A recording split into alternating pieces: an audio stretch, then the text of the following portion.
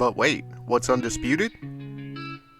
Undisputed is the boxing simulation game due out October 11th of this year. Now in its final phases of testing, it's been available on Steam with early access since 2023. It has nearly 13,000 positive reviews already, and the roster is ridiculously large, with boxes such as Muhammad Ali, Sugar Ray Robinson, Terrence Crawford, Lomachenko, Canelo Alvarez. The list goes on and on. It also has 12 women boxers. It's been nearly a decade since we've seen a AAA boxing game that was worth playing. Undisputed definitely is going to fit that bill.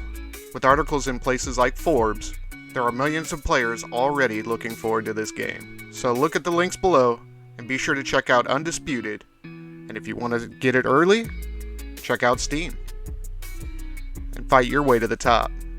With that being said, here's Big Duke 6 with the Golden Age of Boxing.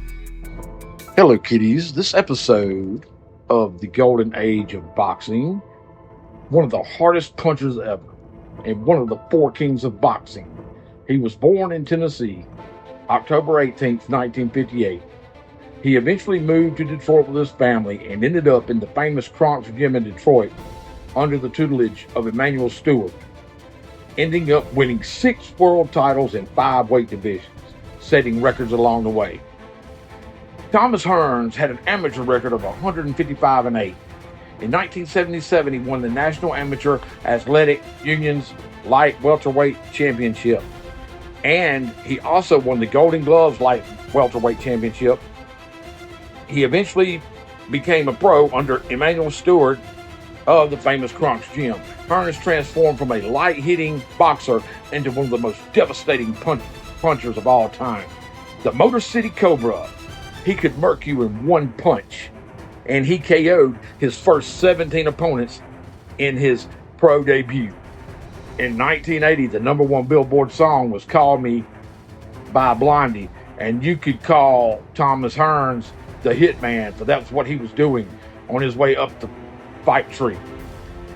He met Jose Cuevas in his first title fight, and with a 28-0 record carried Hearns against Cuevas, which Hearns beat by TKO in the second round for his first welterweight belt.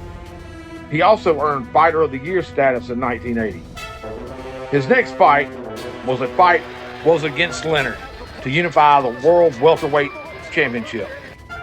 In a title fight called the Showdown, Leonard won by what I consider a very controversial decision in the last round. Hearns was ahead on all the scorecards, had run out of juice, and was trying to hold on when the referee, Davey Pearl, called the fight with only seconds left to go in the match. Leonard the winner. Anyway, Hearns' first loss did not hold him down, but it did stay with him for the rest of his boxing career. Moving up to super welterweight, he faced 3-time champion Wilfred Benitez, beating him for the title that he then defended 4 times, with one of them being against Roberto Duran, one of the other 4 kings of boxing. Hearns' annihilation of Roberto Duran with a devastating knockout in the first was the pinnacle of his career, and he became Ring Magazine's Ring Fighter of the Year for the second time in '84 after this fight. He then ventured into the realm of the middleweights to face all hell Marvelous One, Marvin Hagler, the undisputed middleweight champion, and also one of the 4 kings, in a fight that was dubbed The War. Arguably the best 3 rounds in boxing history, with the Motor City Cobra going back and forth with the Marvelous One, where there was bloodshed, broken hands, but Hagler took it in the third when he pressed Hearns and ended up dropping him. Now, Hagler won the fight in the third by KO, but Hearns had broke his hand, which had changed his fighting style for the fight. Now, Hagler's relentless aggression was what won him the KO in the third round. Now, Hearns put up a spectacular fight, gaining much respect. And he come back real quick by defending his belt against James Schuler with a monstrous KO of him in the first round. On a personal note, Schuler died a week later in a motorcycle. Hearns showed up to pay his respects by presenting the title to Schuler, who he said had held it longer than him. In 1987, Hearns knocked Andes down 6 times in lieu of a WBC light heavyweight title won.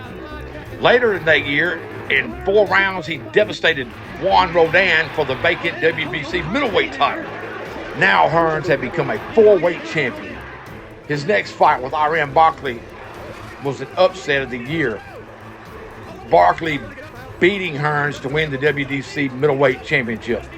But he bounced right back in Hearns fashion by defeating James Kendrick for the inaugural WBO super middleweight title, becoming the first boxer to win 5 titles in 5 weight divisions.